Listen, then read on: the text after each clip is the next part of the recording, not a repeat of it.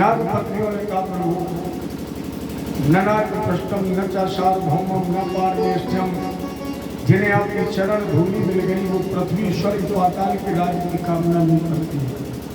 वही चरण धूलि मेरे पति को क्रोध में सही, आवेश में सही, बैर से सही प्राप्त हो गई, इसलिए मेरे पति का कल्याण निश्चित है। मैं ये क्यों कहूँ मेरे पति का कल्याण करूँ।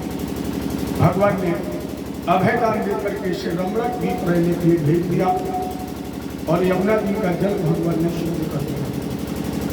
यही पर रात में दावानल प्रकट हो गई और जब दावानल प्रकट हो गई तो भगवान ने अग्नि का पान किया। माने प्रकट का जो चौथा तत्व था अग्नि, इसे पीकर भगवान ने अग्नि तत्व को शुद्ध कर दिया। और जब ये चार तत्व शुद्ध हो गए तब भगवान ने गोपियों का चीर हरण किया है। हेमंते प्रथमे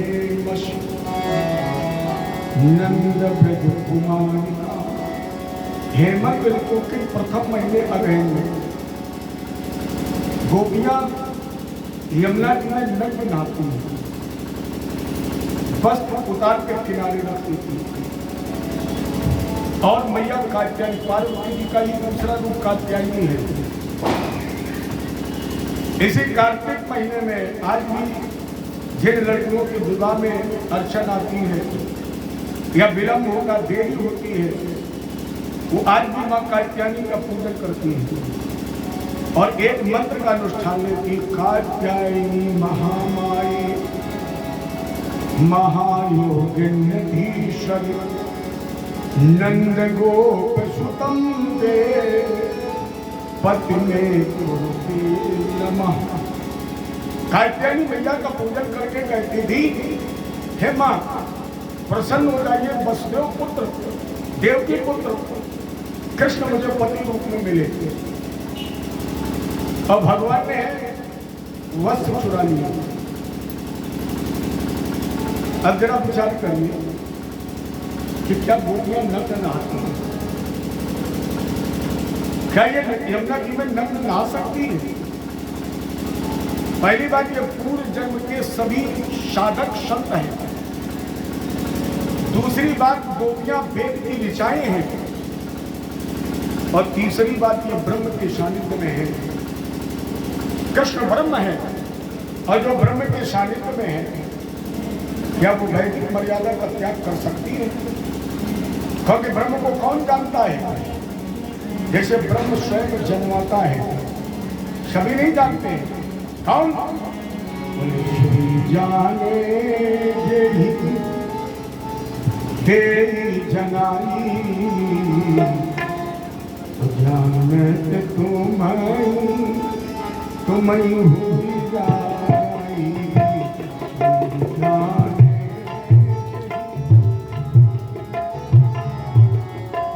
सोई जाने तेरी जनाई जानत तुम्हें हुई जाई।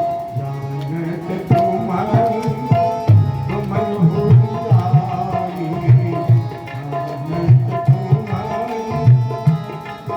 सोई जाने, वही जान पाता है जिसे वो जन्मा देता है। और जिसे जन्मा देता वो हो कैसा जाता है? जानत तुम्हें। तो ये गोपियां जिसे ब्रह्म का ज्ञान है, वो ब्रह्म के सानिध्य में है, क्या वो हमारी वैदिक मर्यादा का त्याग कर सकती है? क्योंकि हमारे यहाँ तो कहा गया कि स्त्री अगर कमर तक जल में प्रवेश करती है तो उसका पतिव्रत धर्म नष्ट हो जाता है। और अगर ये मान लिया जाए कि ये नग्न नहीं है, मैं नहीं मानता कि ये नग्न है। अलग कुछ लोग ऐसे हैं जो जिद कर लेते हैं, जैसे लोग कहते हैं सुपर्णखा की नाक कट गई। अच्छा बताइए, हंसिया पे काटी गई? जब कोई व्यक्ति अनैतिक कार्य करता है, इसने एक अनैतिक कार्य किया है, ये विधवा है, और उस समय विधवा विवाह की प्रथा नहीं थी। समय के साथ सब कुछ बदलता है, अब बदलना चाहिए। विधवा थी और राम जी से क्या कह बैठी? तुम सम पुरुष नमूसम नारी। बाबा ने कहा नाक कट गई अपने आप। अच्छा बताइए, नाक कटेगी? अगर हमारा आपका बच्चा या हम आप कोई अनैतिक कार्य करते हैं तो लोग कहते हैं फलाने की नाक कट गई, तो मेरी समझ में तलवार से तो काटी नहीं जाती है, तो यही लगी रहती है। लेकिन लोग कुछ कहते नहीं, हमने देखा है खून बह रहा था, कटी, सलमान लोग कट गई। उसी प्रकार लोग यहाँ भी कहते हैं नहीं, गोपियां नग्न नहाती थी और भगवान ने कपड़े चुराए। हालांकि मैं इस मत से सहमत नहीं। मैं तो समझता हूँ चीर माने आवरण, चीर माने वस्त्र, चीर माने अहंकार, चीर माने अविद्या। भगवान ने केवल गोपियों के अविद्या रूपी चीर का हरण किया है, अभिमान का आवरण हरण किया है। क्योंकि वो ब्रह्म के सानिध्य में फिर भी चाहते हैं कि कृष्ण हमारे को जाओ, तो है ही पहले से तो जो आवरण पड़ा हुआ। अच्छा, ये नग्न का जरूरत क्या है?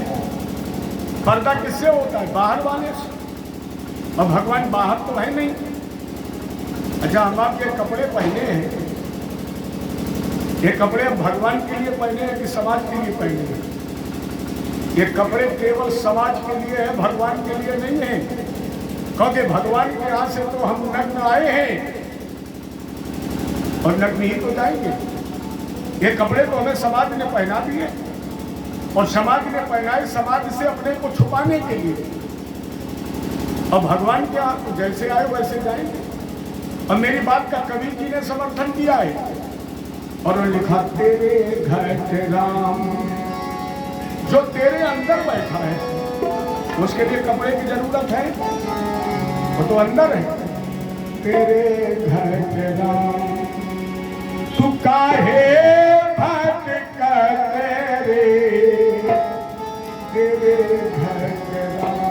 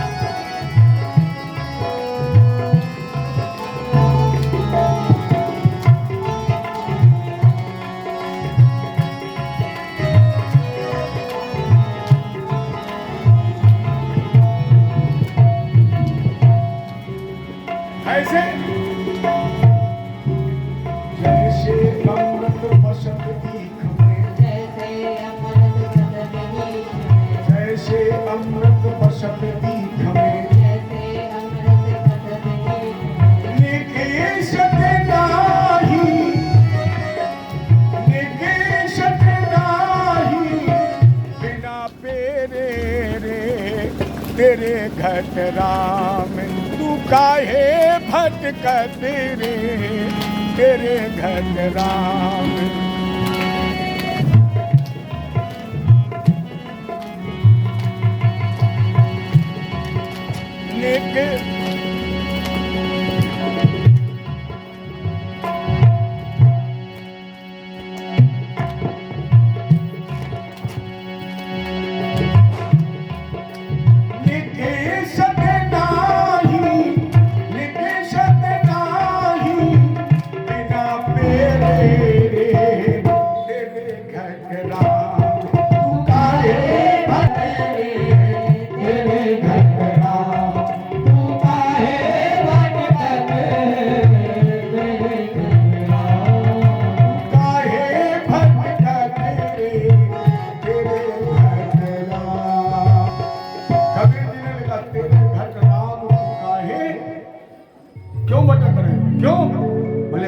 जैसे माखन बसत दही में। सभी लोग जानते हैं दही में घी है, पता है सबको। अगर दही दे दिया जाए, कढ़ाई दे दी जाए, गैस दे दी जाए, आटा दे दिया जाए, कह दिया जाए पूरी बनाओ, बन जाएगी? नहीं बनेगी। क्या करना पड़ेगा? उसके लिए तुम्हें दही को मथना पड़ेगा, और जब दही को मथ दोगे तो अपने आप घी। मेरा ठाकुर जी कैसे अंदर है? जैसे हर बीज में वृक्ष है। और मेरी समझ में बीज सबसे छोटा किसका है? बरगद और पीपल का। और पीपल बरगद के अंदर कितना विशालतम वृक्ष होता है, दिखाई पड़ता है। उसी प्रकार है वो। जैसे हर लकड़ी में आग है, लेकिन लकड़ी दे दी जाए तो आग निकल आएगी। आपने देखा होगा जब वैदिक आचार यज्ञ कराते हैं और लकड़ी से लकड़ी का ही मंथन करते हैं तो अग्नि प्रकट हो जाती है। ऐसे बचे हैं भगवान, जैसे हर पत्थर में आग है, लेकिन दिखाई पड़ेगा कब? जब पत्थर से पत्थर लड़ा दोगे। उसी तरह कण-कण में बैठा हुआ है। एक बार एक राजा के 3 प्रश्न थे, जरा ध्यान से सुनना। जो भी संत महात्मा पुरुष मिलता था, राजा कहता था महाराज जी मेरी पहली समस्या है, ईश्वर एक है कि अनेक है? ये बहुत समझने का विषय है। महाराज जी बताइए ईश्वर एक है कि अनेक है? और अगर वो कण-कण में है तो फिर दिखाई क्यों नहीं पड़ता है? और राजा का तीसरा प्रश्न है वो करता क्या है? कोई उत्तर नहीं दे पाया, और जिसने उत्तर दिया भी उससे संतुष्ट नहीं हुआ, क्योंकि किसी ने कह दिया एक है, किसी ने कह दिया अनेक है। तो राजा इसी भ्रम में था। एक फटेहाल संत आ रहा, राजा ने प्रणाम किया, कहा गुरुजी थोड़ी देर के लिए दरबार में पधारिए। महात्मा जी ने कहा हमें दरबार से क्या लेना है? अरे हमें तो जो जहां मिल गया मस्ती में लौटते हैं, तुम्हारी कोई बात हो बता। राजा ने कहा गुरुजी 3 प्रश्न हैं जिनका उत्तर नहीं मिल रहा है। महात्मा जी ने कहा बोलिए। बोले पहला प्रश्न, ईश्वर एक है कि अनेक है? ईश्वर दिखाई क्यों नहीं पड़ता है, वो करता क्या है? महात्मा जी ने सोचा कि अगर इसे अभी हम उत्तर दे देंगे तो चूंकि ये भ्रम में है, इसे मेरी बात समझ में नहीं आएगी। महात्मा जी ने कहा पहले ये बताओ तुम्हें उत्तर अकेले में चाहिए कि समाज में? बोले महाराज जी समाज में उत्तर दे दूं और अच्छी बात। बोले ठीक, तैयारी करो, तुम समाज इकट्ठी करो और हमें 1 महीने का समय दे दो, 1 महीने बाद हम उत्तर देंगे। महात्मा जी उसी राज्य के बाहर एक कुटिया में ठहर गए। राजा तैयारी करने लगा और महात्मा जी भजन करते करते एक किसान के मित्र बन गए, अभिन्न मित्र किसान के बन गए। और महात्मा जी ने कहा भैया मित्रता का फर्ज अदा कर दो। किसान ने कहा कर देंगे। बताइए महात्मा जी। बोले आज के ठीक 4 दिन बाद तुम महात्मा बन जाओ और हम किसान बन जाए। राजा तुमसे प्रश्न करेगा, तुम उत्तर देना। किसान ने कहा गुरुजी तुम मरवा डालोगे, हम क्या जाने, पढ़े लिखे हैं नहीं। महात्मा जी ने कहा उत्तर तुम्हें नहीं देना है, उत्तर तो हम देंगे, लेकिन उत्तर हम देंगे किसान के रूप में और तुम बैठना मेरी जगह महात्मा के रूप में। और जब राजा तुमसे प्रश्न करे तो तुमको केवल एक बात कहनी है कि इतने छोटे तुमने प्रश्न किए। अरे ये प्रश्न तो हमारे यहाँ हल चलाने वाले किसान भी जानते हैं, और मेरी तरफ इशारा कर देना, उत्तर हम दे देंगे। 4 दिन हो गए, महात्मा किसान बन गया, किसान महात्मा बन गए। पूरी समाज इकट्ठी थी। महात्मा जी ने कहा महाराज वही किसान महात्मा बना। बोले महाराज जी प्रश्न करिए। महात्मा जी राजा ने पूछा गुरुजी ये बताइए ईश्वर एक है कि अनेक है? अगर ईश्वर कण-कण में है तो करता क्या है? दिखाई क्यों नहीं पड़ता, करता क्या है? बड़ी जोर से किसान हंसा और बोले महाराज जी इतनी बड़ी राज सत्ता चलाते हो, अब आपको इतना भी ज्ञान नहीं है। अरे ये तो भारत में किसान हल चलाने वाले जो कभी स्कूल नहीं गए वो भी जानते हैं। इन प्रश्न का उत्तर हम नहीं देंगे, हमारा ये किसान देगा। तो किसान खड़ा हो गया। राजा साहब ने कहा बताइए ईश्वर एक है कि अनेक है। अब महात्मा जी किसान के रूप में बोले भैया कहाँ तुमने गिनती में फंसा दिया, और हम तो पढ़े लिखे हैं नहीं, हल वल का पूछते तो हम बता देते, लेकिन अब अगर आपने पूछा ही है तो चलिए हम उत्तर देंगे, लेकिन उत्तर के लिए हमें गिनती गिनना पड़ेगा, हमें गिनती गिनना पड़ेगा, और ऐसे हम गिनती पढ़े नहीं है। तो तुम ऐसा करो 10-5 केला मंगवाओ। तो राजा साहब ने केला मंगवा दिए। उस किसान ने केला तोड़ा और कहा ये बताइए ये क्या है, इसका अंक क्या है? एक। अगर गिनती पढ़ाई जाए जैसे नर्सरी में लोग पढ़ते हैं तो मास्टर क्या पढ़ाता है? एक। उसने अलग रख दिया, दूसरा उठाया और बोले ये कितना है? एक के बाद क्या बोलोगे? परीक्षित जी नहीं, एक तो ये हो गया, एक हो गया। इसके बाद जब आगे पूछा जाएगा तब आप क्या पढ़ेंगे? 2। यही ब्रह्म है। अब आप बताइए केला हमारे हाथ में 1 है कि 2 है? केला 1 है, लेकिन अध्यापक आपको 1 के बाद 2 पढ़ाएगा, लेकिन आपके हाथ में 1 ही होगा। मेरे कहने का मतलब प्यारे, गिनती में वो तुम्हें कितना भी गिना दिया जाए, लेकिन हाथ में हमेशा 1 ही होगा। अर्थात ईश्वर 1 ही है, अनेक नहीं है। कुछ लोग उसे साकार कहते हैं, कुछ लोग उसे निराकार कहते हैं, लेकिन दोनों एक दूसरे के पूरक हैं। दोनों तत्वता एक है। ज्यादा दूर मत जाइए।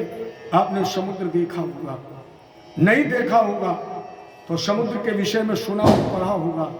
बताइए आप समुद्र में क्या भरा है? पानी, जल ही तो भरा है। और कभी कभी उससे लहरें उठती हैं, ज्वार भाटा उठता है। उसमें क्या होता है? जो लहर उठती है उसमें क्या होता है? पानी। उसमें भी पानी है, लेकिन लहर को कोई पानी कहता है? और जो जल भरा है उसको कोई लहर कहता है?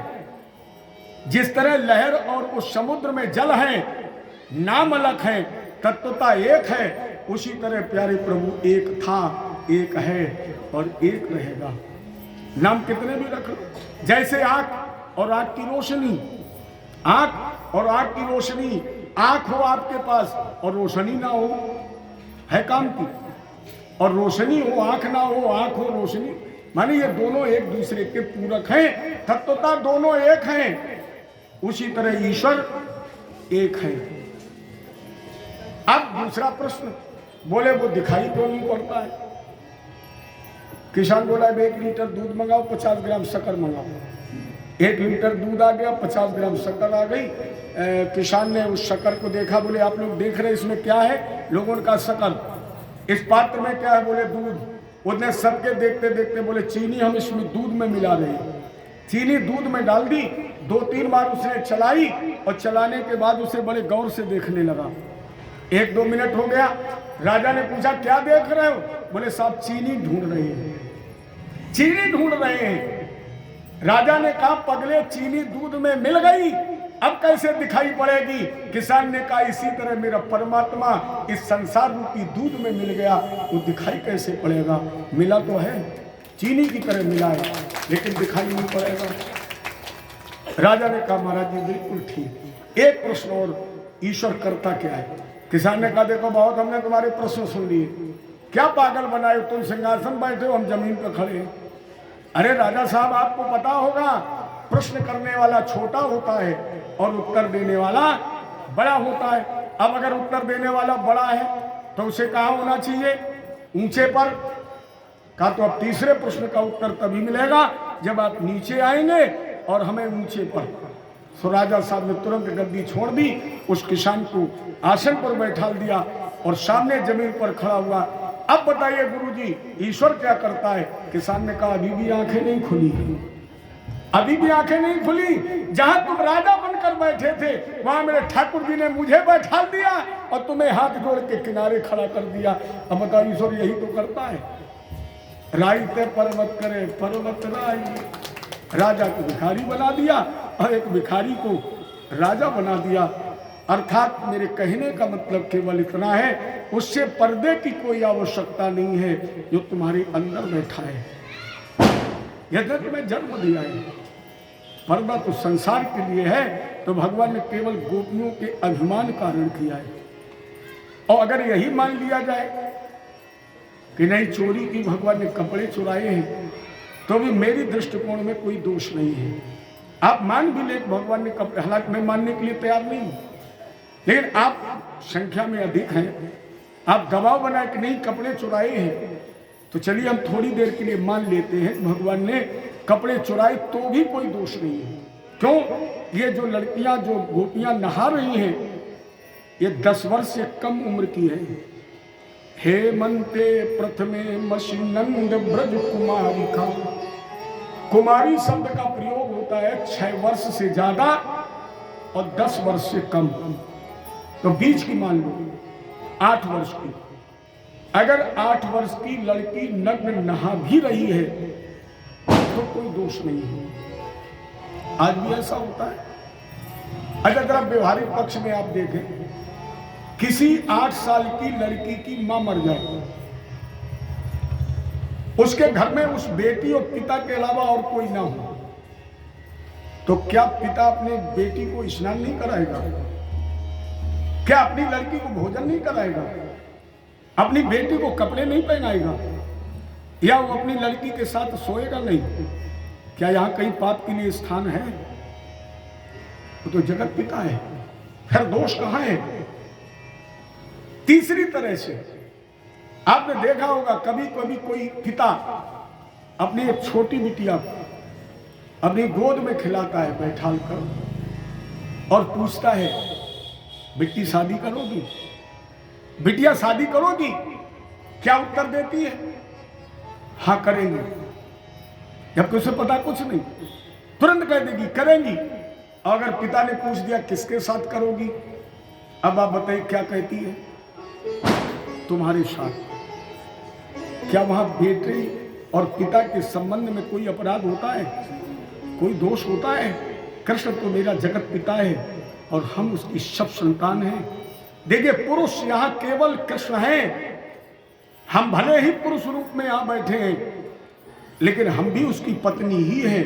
नर अगर कोई है तो केवल कृष्ण है, इसलिए वो जगत पति भी है और वो जगत पिता भी है। और हम आप भक्ति करते हैं, भक्ति स्त्री का सूचक है। जब हम भक्त बनकर भक्ति करते हैं तो भगवान मेरा पति होता है और हम उसकी पत्नी होते हैं। तो मेरी समझ में पत्नी के मध्य में कहीं कोई आवरण नहीं होता है। लेकिन भगवान ने ऐसा कोई कार्य नहीं किया। इसके रहस्य को तो समझिए।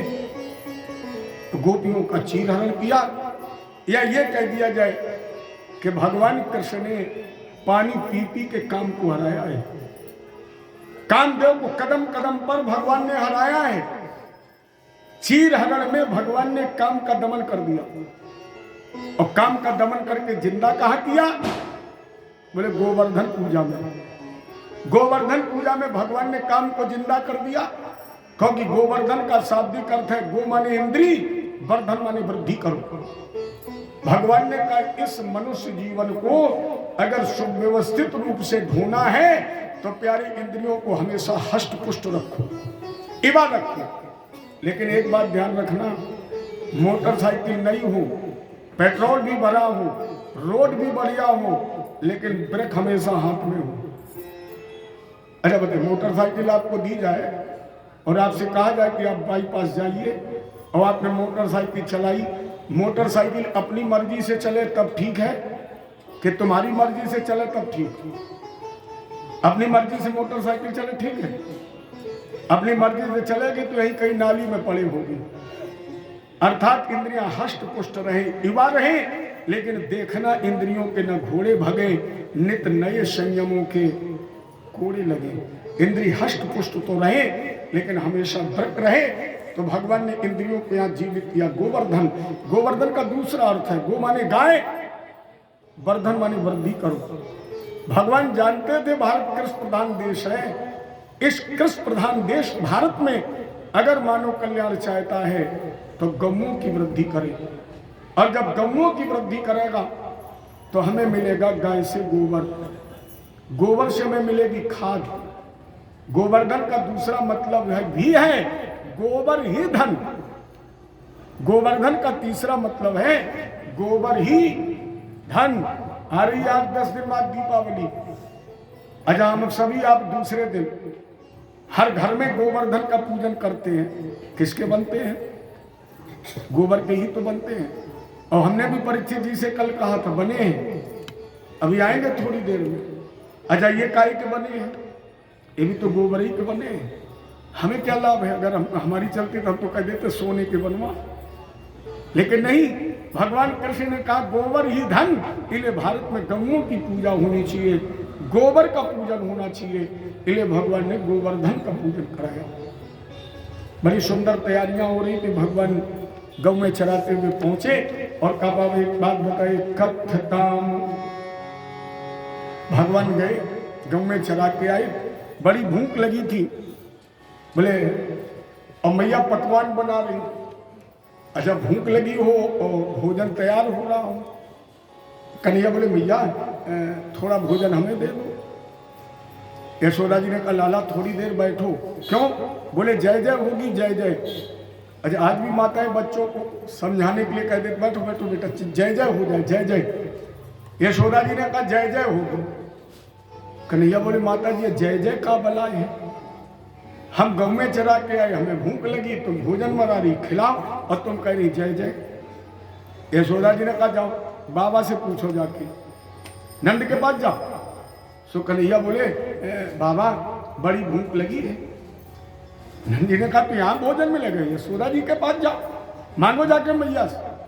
कन्हैया बोले बाबा हमने मैया से मांगा तो था, मिला नहीं। क्यों? बोले माता जी ने कहा जय जय होगी। और जब हमने पूछा जय जय क्या होती, तो बोले चले जाओ बाबा जी के पास। इसलिए बाबा हम आपके पास आए हैं, आप बताइए जय जय क्या बलाए हैं, ये जय जय क्यों हो रही, किसकी जय जय होगी, हम भूखे। भगवान ने पूछा बाबा कथ्य काम में पिता कोयम सभ्रमो अवपागता किम फलम कश्चिचोद्देशे केन वा साधति मखा। बाबा कथ्य काम कहिए मेरे सामने, ये तैयारियां क्यों हो रही हैं? वृंदावन को क्यों सजाया जा रहा है? घरों घर में क्यों पकवान बन रहे हैं? इस जय जय का मतलब क्या है, आप बताइए। बाबा नंद ने कहा बेटा तुम छोटे हो इसलिए भूल गए हो क्या? अरे बोले हम आज के दिन इंद्र भगवान की पूजा करते हैं। कन्हैया बोले इंद्र की जय जय होगी। अच्छा चलो करते हैं, लेकिन उससे मिलेगा क्या? बाबा नंद ने कहा पारजन्याम भगवान इंद्रो मेघस आत्ममूर्तयाम ते वर्षन्त भूतानाम प्रीलनम जीवनम पयाम। नंद जी ने कहा बेटा इंद्र की पूजा करते हैं, इंद्र बादलों के स्वामी हैं, इस पूजा से प्रसन्न होकर के वर्षा करते हैं, जल से हमें अन्न मिलता है, अन्न से हमारा जीवन चलता है। भगवान कृष्ण ने कहा बाबा इंद्र को देखा है? इंद्र कभी पूजा लेने आए?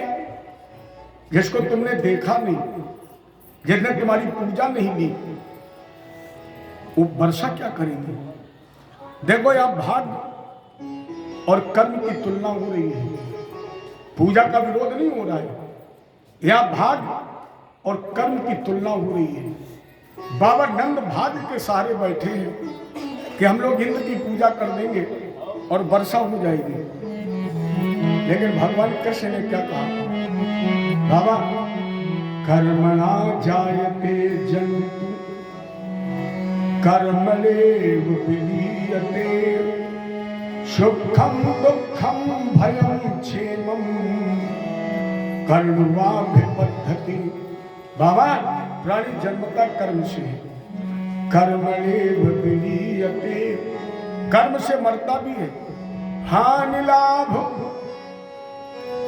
सब कर्म से, सुखम दुखम क्योंकि को न काहू सुख दुख दाता और निज कृत कर्मो भोग सब भ्राता। कोई किसी को सुख दुख नहीं देता है, निज कृत कर्म। बाबा कर्म प्रधान विश्व रचि राखा और जो जस करई सुतस फल शाखा। अब इसमें इंद्र कहां से बीच में आ गए? इंद्र का यह महत्व क्या है? बाबा लक्ष्मण जी कह रहे देव देव आलसी पुकारा। जो काहिल हैं, जो कायर हैं, जो कुछ करना नहीं चाहते हैं, वो केवल भाग्य के सहारे बैठते हैं। माने भगवान ने कहा भाग्य हाथ तुला है, तराजू है, और उस भाग्य रूपी तराजू के एक पल्ले पर जब तक कर्म रूपी बात नहीं चढ़ाओगे तब तक फल मिल जाएगा? नहीं मिलेगा। इसलिए केवल भाग्य के सहारे मत बैठिए, प्यारे कर्म करिए। भारत भूमि कर्म भूमि है और मनुष्य शरीर कर्म योनि है। कर्म भूमि में कर्म करने के लिए आए हो, कर्म करना ही पड़ेगा। लेकिन कैसे करिए? कर्म किए जा फल की इच्छा मत करे। इंसान जो जैसा कर्म करेगा उसको फल देगा भगवान। ये है गीता का ज्ञान। कर्म को अच्छा एक बात बताओ, सब ईश्वर ही करेंगे? थाली सामने आ जाए और हम ये सोच लें कि भगवान मुंह में कौर रखेंगे, क्यों रखेंगे? भगवान कहेंगे हमें कौर रखना होता तो बेटा तुम्हें हाथ ही का एक मारे देते। तो भगवान ने थाली दी, भोजन दिया, मुंह दिया और हाथ दिए, विवेक दिया कि थाली सामने आ गई, हाथ से उठाओ और मुंह में रख के खाओ। और ये बात भगवान खिलाएगा? इसलिए भाग्य के सहारे नहीं, भाग्य को तराजू बनाकर कर्म फल मांगिए, कर्म करिए। ले बाबा कर्मणा जायते जन्तु कर्मणेव विलीयते और सुखम दुखम भयम क्षेमम कर्मवाघ पद्धति। प्राणी कर्म से जन्मता और मरता है। एक कल पूजा किसकी होगी? भगवान ने कहा सुनो बाबा,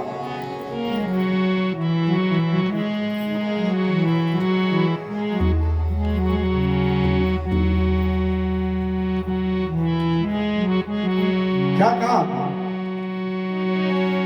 पूजा हो वरना इंद्र की हो, गिरिराज पूजने हम जाए। बाबा ओ हम सबका अन्नदाता है, चरती है नीति वहां।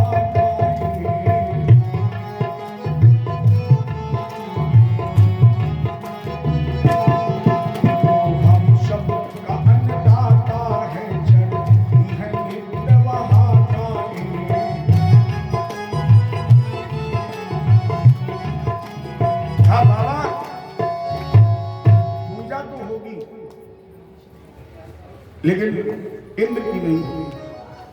फिर बोले पूजा होगी गिरिराज जी की, वो हमारे गांव में चलती, गांवों से दूध से बल मिलता है। अब वो प्रत्यक्ष पूजा भी लेगा, हमारा कुल देवता है। या बाबा ध्यान रखिए, जब तक घर के देवता, जब तक कुल के देवता प्रसन्न नहीं होंगे तब तक भगवान भी आप पर प्रसन्न नहीं होंगे। ये विशेष बात नोट करिए कि जब तक आपके पिता, जब तक आपके पूर्वज प्रसन्न नहीं होंगे तब तक भगवान भी आप पर प्रसन्न नहीं होंगे। इसलिए इनको पहले प्रसन्न करो। घर के देवताओं, कुल के देवताओं, पितरों को, पूर्वजों को, इन्हीं की कृपा होगी तब सभी कृपा करेंगे। अरे बाबा अपना कुल देवता है और हजारों सालों से भूखा पड़ा है। इसलिए हम चाहते हैं कि इंद्र के स्थान पर गोवर्धन भगवान की पूजा हो। सारे ग्वाले बोले, मनसुखा तो आगे आगे बोले बाबा कन्हैया तो ठीक कह रहे हैं, आज तक इन्होंने कभी कुछ कहा ही नहीं, पहली बार कुछ कह रहे, सलाह मान लो। और रही संकट व आपत्ति की कोई बात तो ये खुद ही मनाएंगे। जो हमें पूतना संकटासुर से बचा चुका है तो यहाँ भी बचाएंगे। परिणाम स्वरूप मैं तो गोवर्धन को जाऊं नहीं माने मेरो मनुआ, मैं तो गोवर्धन को जाऊं नहीं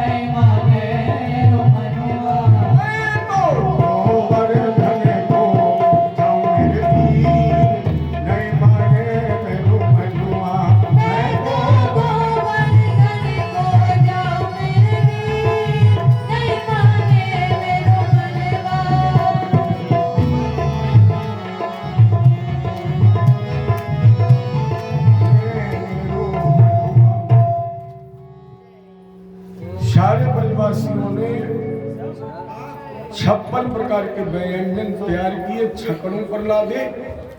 आगे आगे मेरे कन्हैया जी, मैया यशोदा, बाबा नंदादी।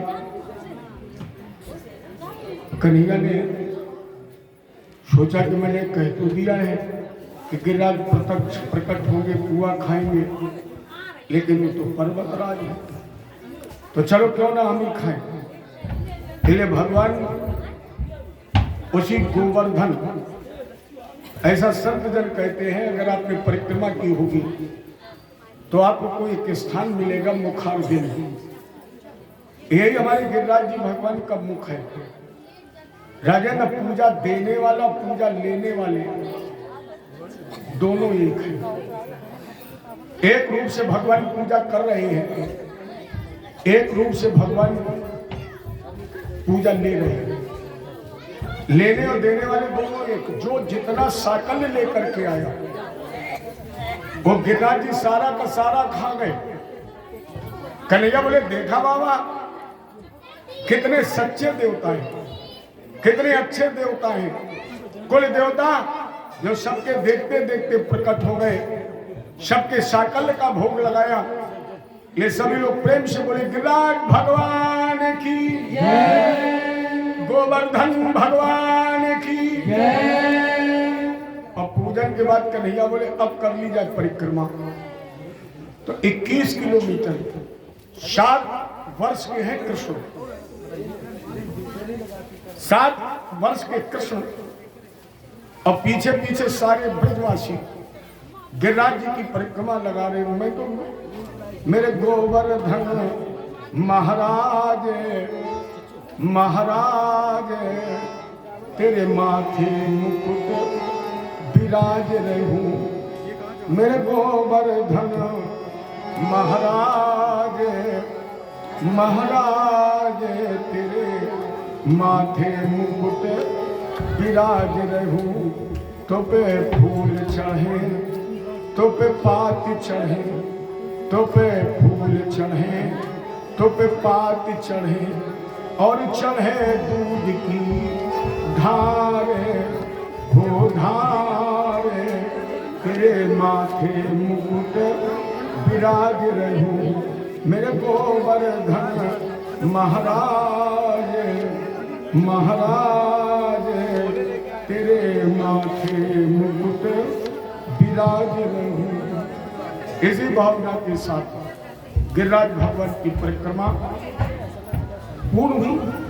और जब परिक्रमा पूर्ण हो गई, सूर्यास्त हो गया, और इधर इंद्र पूरी दिन ये प्रतीक्षा करते रहे, अभी पूजा होगी, अभी पूजा होगी। लेकिन जब सूर्यास्त तक पूजन नहीं हुआ, फिर ने सोचा आखिर और ऐसी कौन सी तैयारी हो रही है।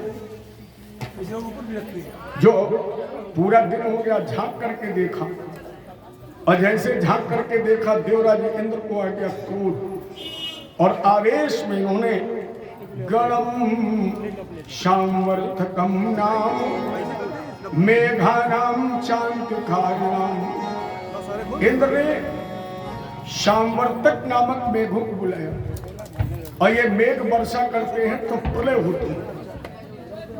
प्रलयंत बादलों को बुलाया और कहा, हाथी की सूंड के समान मोटी मूसलाधार वर्षा करके सारे ब्रज को बहा दो। देखे वो ब्रह्म का ढोंग रचाने वाला कृष्ण इंद्र के क्रोध से कैसे बचाएगा। चारों तरफ से काली काली घटाएं घिरी, सारे ग्वाले चिल्लाए, कन्हैया रक्षा करो। भगवान बोले, पुआ हमने खाई।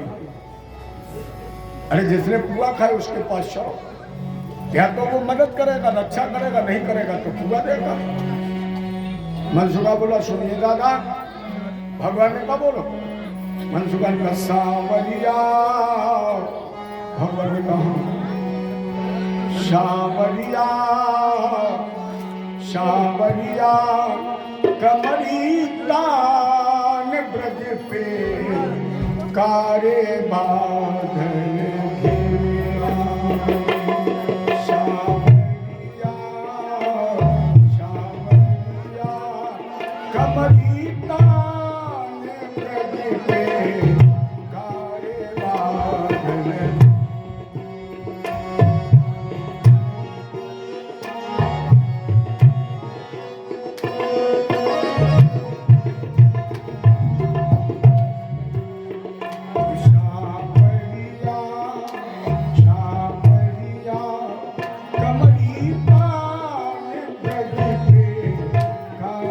बादल घिर आई।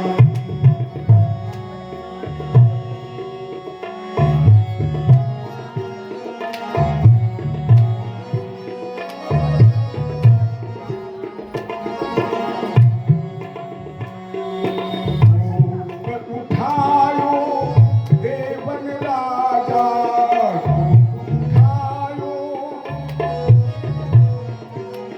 रहो बजाए जुझारू बाजा।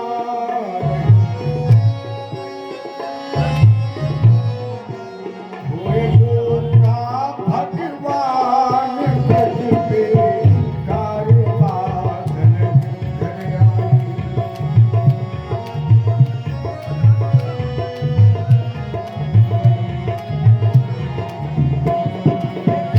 सावरिया सावरिया कमली तान ब्रज पे कारे बादल घर आई।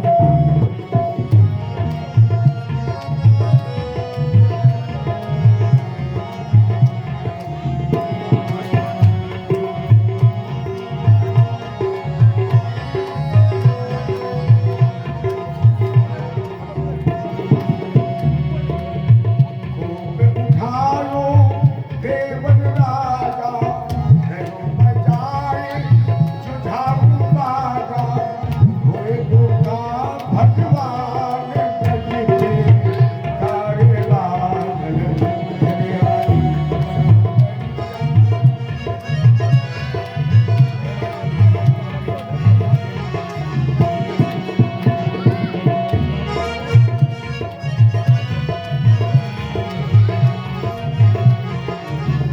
सावरिया कमली तान।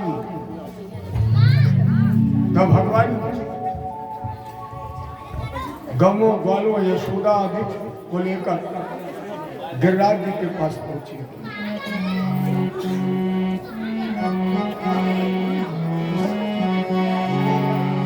गमो की सेवा के बल पर, गमों की सेवा के बल पर अब ये गिरिराज उठाए हम, उठाए हम।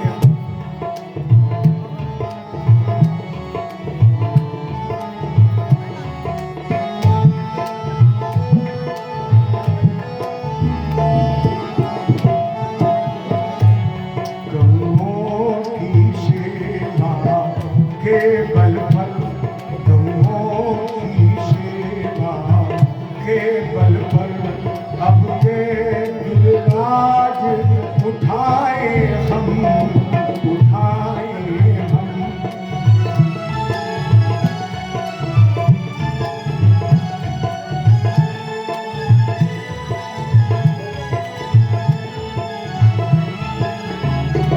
मेरा भी हाथ लगेगा पर, मेरा भी हाथ लगेगा पर, पहले लाठियां लगाओ तुम, लगाओ।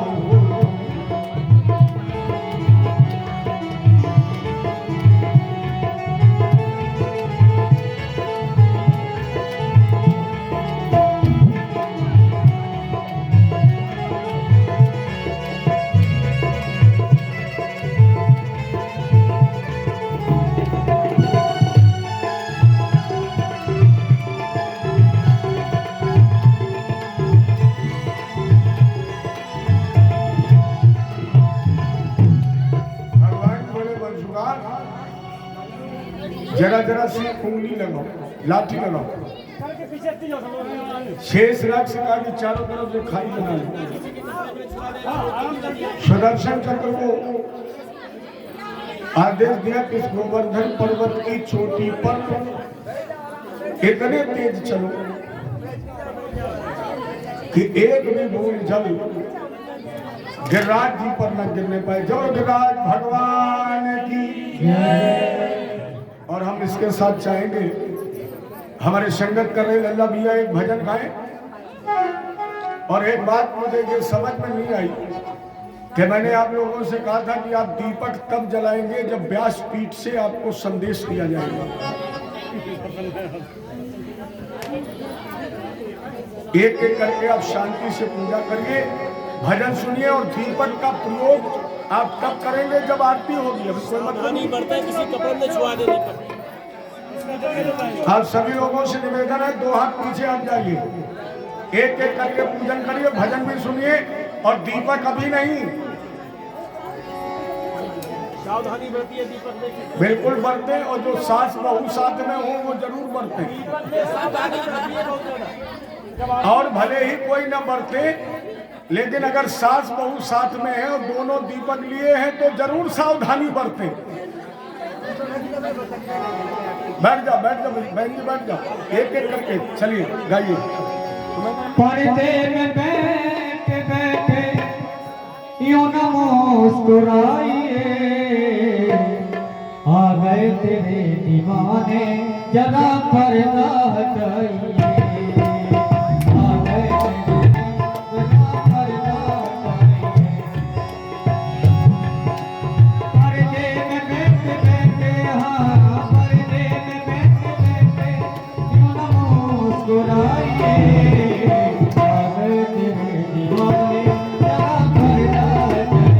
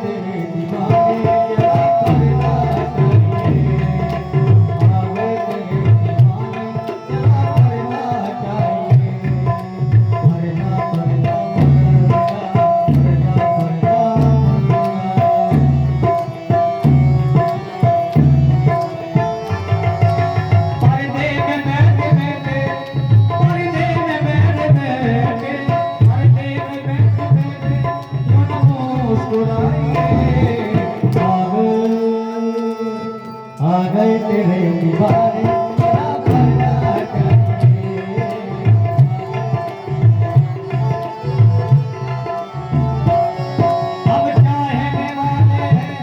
अब चाहने वाले तेरे हमसे तुम हो,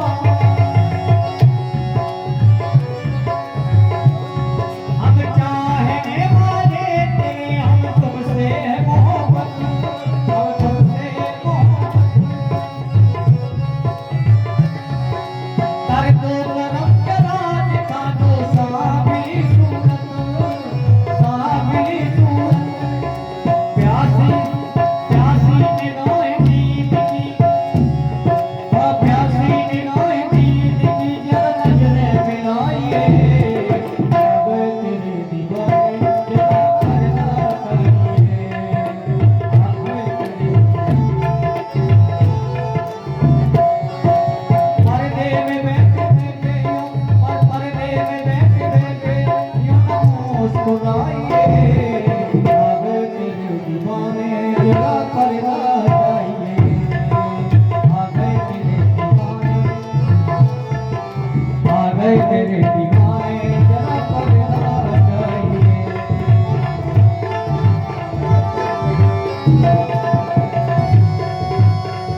कन्हैया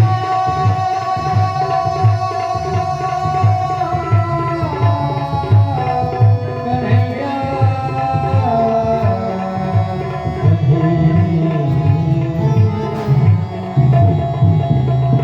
बोले कन्हैया लाल की। बैठ जाइए आप लोग।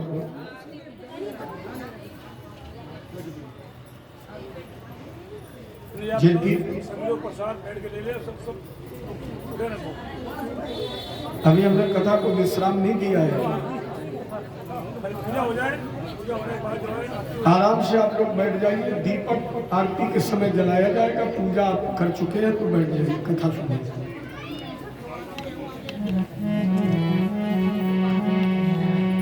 हम हाथ उठाकर, गिरिराज जी आपके सामने हैं, पूजा आप लोग कर चुके हैं। ये चलिए सब लोग हाजिरी भराइए गिरिराज जी और राधा रानी के श्री चरणों में। और एक बार जिन्हें भी भगवान ने हाथ दिए हों,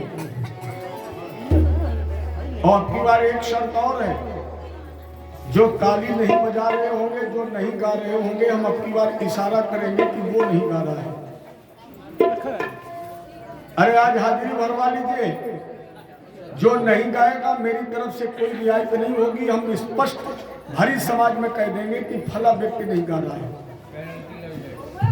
इसलिए सब लोग गाइए और कहिए मेरी तरह, हम हाथ उठाकर कहते हैं हम हो गए राधा। कितने लोग होंगे जिनके हाथ नहीं उठे, वो नहीं हुए। अभी भी 2-4 लोग लग रहे हैं। अरे कुर्सी वाले जरूर उठाइए ना, कुर्सी हिला करती है। लक्ष्मी जी कुर्सी हिल जाएगी। हम उठाइए और कहिए, हम हाथ उठाकर कहते हैं हम हो गए राधा।